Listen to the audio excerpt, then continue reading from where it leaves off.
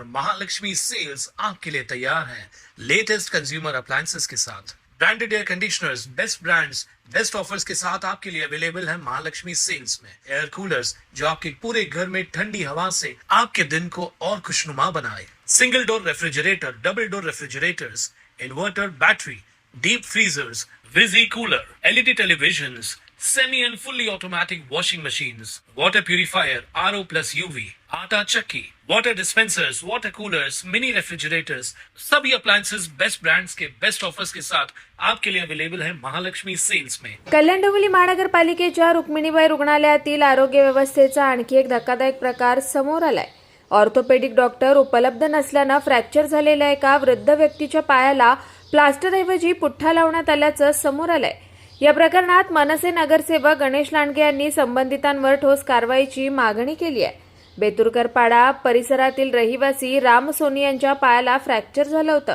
त्यांच्या कुटुंबियांनी उपचारासाठी त्यांना रुक्मिणीबाई रुग्णालयात आणलं, मात्र रुग्णालयात प्लास्टर उपलब्ध नसल्याचं सांगत बाहेरून प्लास्टर आणण्यास सांगण्यात आल्याचा आरोप त्यांच्या कुटुंबियांनी केलाय। दरम्यान प्लास्टर उपलब्ध नसल्यानं राम सोनी यांच्या पायाला पुठ्ठा लावण्यात आल्याचं समोर आलंय। नाहीतर प्लास्टर बाहेरून खरेदी करून आणा असं देखील सांगितलं असल्याचं जखमीचा मुलगा अभय सोनी यांनी सांगितलंय। रुग्णालयात ऑर्थोपेडिक डॉक्टर नसल्यामुळे संबंधित तंत्रज्ञानाकडून ही प्लास्टर करता आलं नसल्याचं हॉस्पिटलकडून सांगितलं जात आहे। माझं नाव अभय सोनी आहे। हे माझे वडील आहेत। त्यांना दुपारी मी आणलं दवाखान्यात 4-4:30 ला।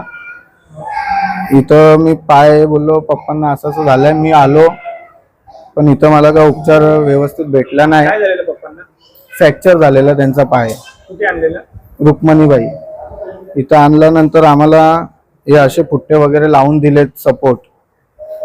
हे बरं आहे का तुम्ही सांगा? आणि प्लास्टर का नाही घालून दिला? प्लास्टर बोलतात अवेलेबल नाही आहे आमच्याकडे, आणि त्या प्लास्टरचे पण बोलतात का 200 रुपये बाहेरून भेटेल।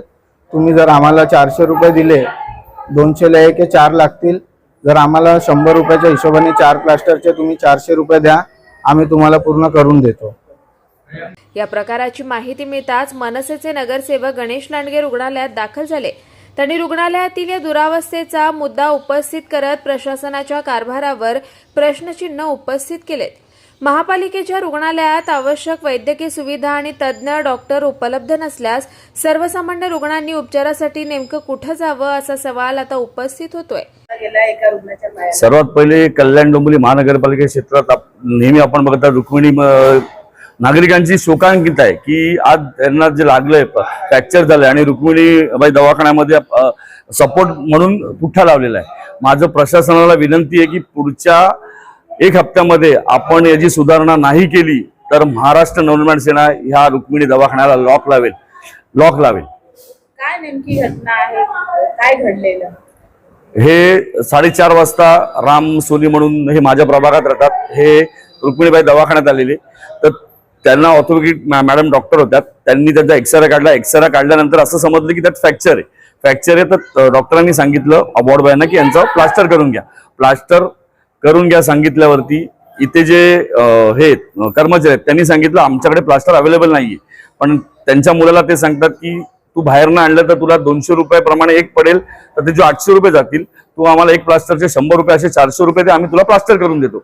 म्हणजे लाखो रुपये कल्याण डोंबिवली महानगरपालिका हे औषधांवरती खर्च केले, पण त्याचा कुठलीही सुविधा नागरिकांना मिळत नाही।